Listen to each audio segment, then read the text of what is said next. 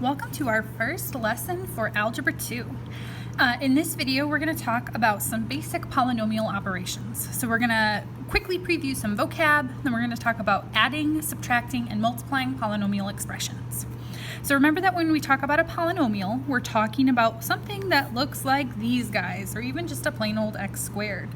Within this function, we've got assorted powers of x. Some of them are x terms that have a coefficient. Some of them are constant terms, but polynomials look like this. Notice x is not an exponent. X is always a base for an exponent, and we can have multiple variable terms. We could have just one variable term. We got a lot of options, but they always look something like one of these. Constants would be those terms that have no associated variable. The variables are those letters that we see in our expression, so x or t or w or y, whatever that happens to be. Exponents would be these guys up here, those little superscript numbers that tell us what power of a variable we have. And then our coefficients would be these guys, the numbers attached to those variables. It tells me how many of that particular variable, that particular item I have. We are going to stick with standard form for most of what we do, which means that we're going to put those variable terms with their exponents arranged in descending order. So this would be standard form. This is not standard form. This is not standard form. Oops, not standard form. We're going to, as much as we can, stick with standard form. And then the other important term that we need to know for right now is leading coefficient. So leading coefficient means when I'm in standard form, it's the coefficient that's in front, the coefficient that sort of leads that polynomial. So with that bit of vocab, we're going to go through a couple of examples together. Now, when we add and subtract polynomials, we're really just looking at combining like terms, just being mindful of whether it's addition or subtraction that we're doing as we combine those like terms. So for this first example, if I'm going to add, addition here, this polynomial with this polynomial, what that means is I'm going to take 5p squared minus 3, and I'm going to add 2p squared, and I'm going to add this sort of negative 3p cubed. When we're dealing with addition, that means I don't have to worry about manipulating signs the way that we'll see with some subtraction, so I'm actually just going to kind of ignore that plus sign right there. And then from here, I'm going to combine my like terms. So I've got some p squared terms that show up more than once. I have a constant term, and I have a p cubed term, only one of these p cubed terms. So to add these two polynomials, what I'm really going to do is combine the like terms that I have here, so 5p squared plus 2p squared would be 7p squared. And then I've got a constant term here with nothing to combine, so that's going to stay as it is. And then I have this other term here, this p cubed term, that again has nothing to combine. So since that exponent is bigger than the exponent I already have here, I'm just going to put that negative 3p cubed in front. And there's my polynomial in standard form. When we're subtracting, I have to be mindful of the subtraction, because this means I'm subtracting this term and I'm subtracting this negative 4a cubed here. Remember, when I subtract a negative, that becomes addition. And so I'm taking a cubed minus 2a squared, and then minus 3a squared plus 4a cubed. So just be careful when you have subtraction. And then again, we'll combine our like terms. So here I've got an a cubed term and another a cubed term. This would be 1a cubed plus 4a cubed would give me 5a cubed. And then I have an a squared term here and an a squared term here, so I'm going to combine those as well. So negative 2 minus 3 would be negative 5a squared. And again, this is in standard form because I've done the biggest exponent first and then the smallest exponent. I've combined all the like terms that I have that would be my resulting polynomial in standard form. This works the same no matter how many terms you have. So if I look at one more example here, this time I've got 3 terms and 3 terms for each of those polynomials. I treat this exactly the same way. So again, remember with subtraction, that means I'm subtracting each piece in here. So minus 3n squared, minus 11n to the 4th, and minus negative 7, which would become plus 7.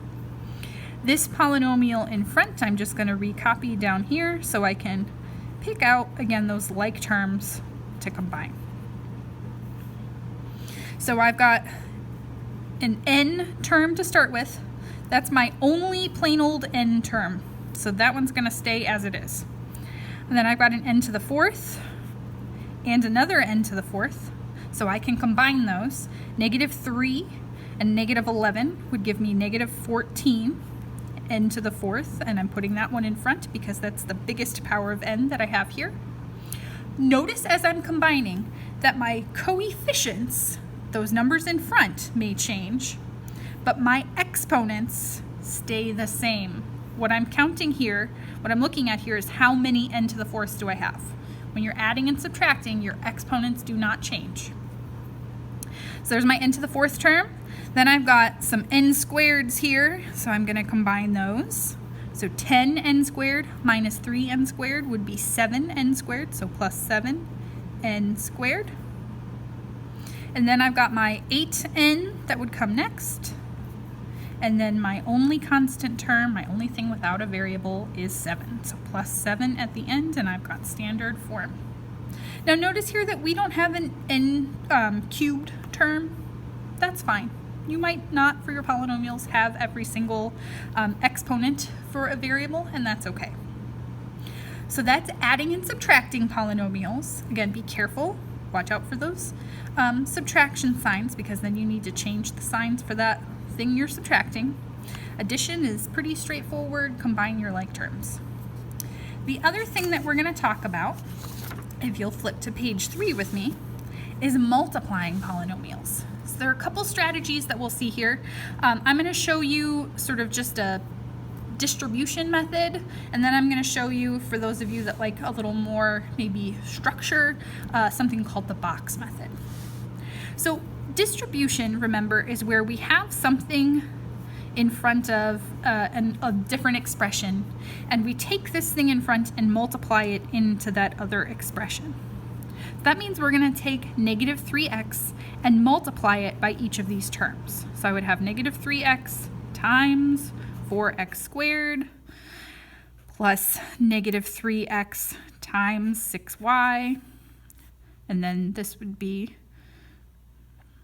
minus, or I should say plus negative 3x times negative 8. And I'm multiplying all these things together. Now you probably haven't seen a distribution problem written out quite like this in some time, but this is what we're doing when we distribute. So when I multiply here, I would get negative 12x cubed. Here I would get negative 18xy, since these are different variables, I write them separately. And then this would be plus 24x. If I had like terms, I would combine them, but we don't in this case, so I'm going to leave that as is. Since I have a term that has more than one variable, we're not going to worry so much about standard form for this one. If we take a look at our next example here, we've got multiple distributions that need to happen. That's okay. I'm just going to do each of them one at a time. So this would be negative 2x squared. When I take negative 2 times 5x, I would get negative 10x. And then here I'm going to distribute that negative x. So that would be negative x times x squared. That would be negative x cubed. And then negative x times 6x would be minus 6x squared.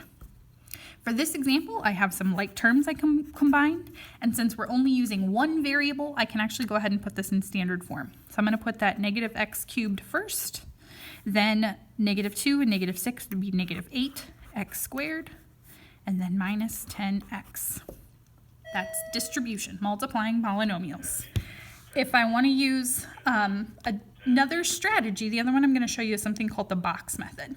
So for the box method, I sort of get a grid, kind of works like a Punnett square from science class, to be able to organize my multiplication. And it's nice when you've got more than just sort of up here, we only had one thing to distribute through. And here, even though I did it multiple times, I only had one thing to distribute through. Where I've got bigger expressions that I'm multiplying together, sometimes the box method is nice. So since I've got two things, I want my box to be, my grid I should say, to be two boxes down, and then I've got three things, so I want it to be three boxes across. And I'll line up my terms in front of those boxes. So my two-term thing, I line them up, one term per box, and then my three-term thing, I line up three terms per box. Every term gets its own box.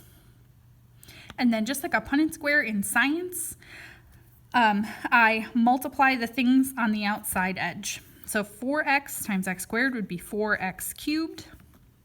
X squared times 3 would be 3x squared. It doesn't matter the order in which you fill in your little boxes. 4x times negative 2x would be negative 8x squared. And then 4x times 5 would be 20x. 3 times negative 2x would be negative 6x, and then 3 times 5 would be 15.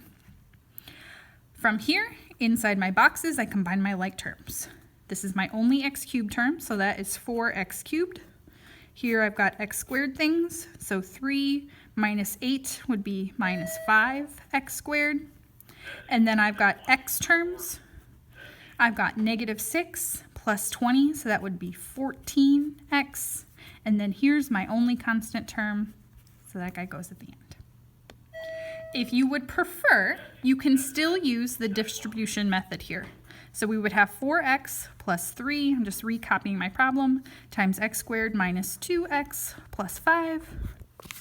And then you may have learned this as double distribution or just sort of extended distribution, but what we're doing is just multiplying these polynomials. So I'm going to multiply or distribute the first term to each of the terms here.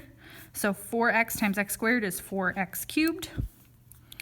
And then 4x times negative 2x would be negative 8x squared. And then distribute to that last guy, I would have plus 20x.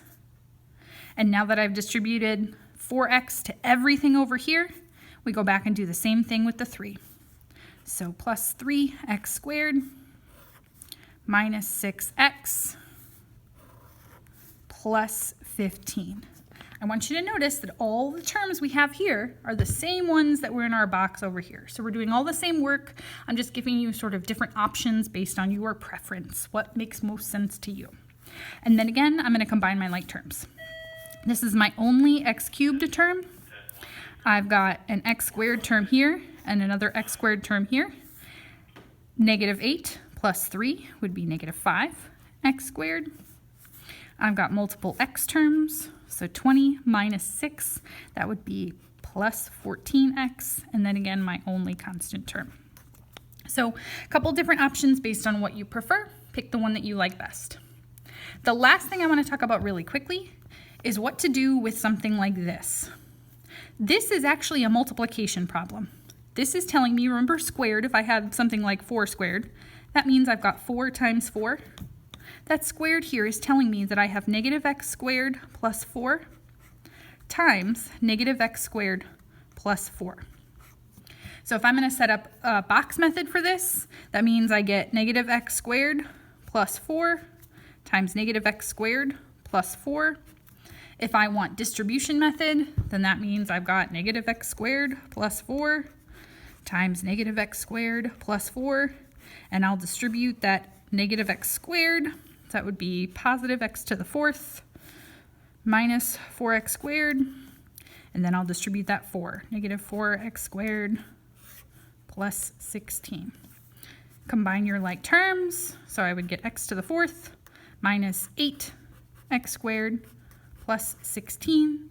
If I use the box method instead, I would get exactly the same thing. So x to the 4th, remember negative times a negative is a positive, minus 4x squared minus 4x squared as I'm multiplying those things on the outside. And then for our last box, 4 times 4 is 16. I would have x to the fourth, combine your like terms, minus 8x squared plus 16. And those are our sort of basic polynomial operations: addition, subtraction, and multiplication.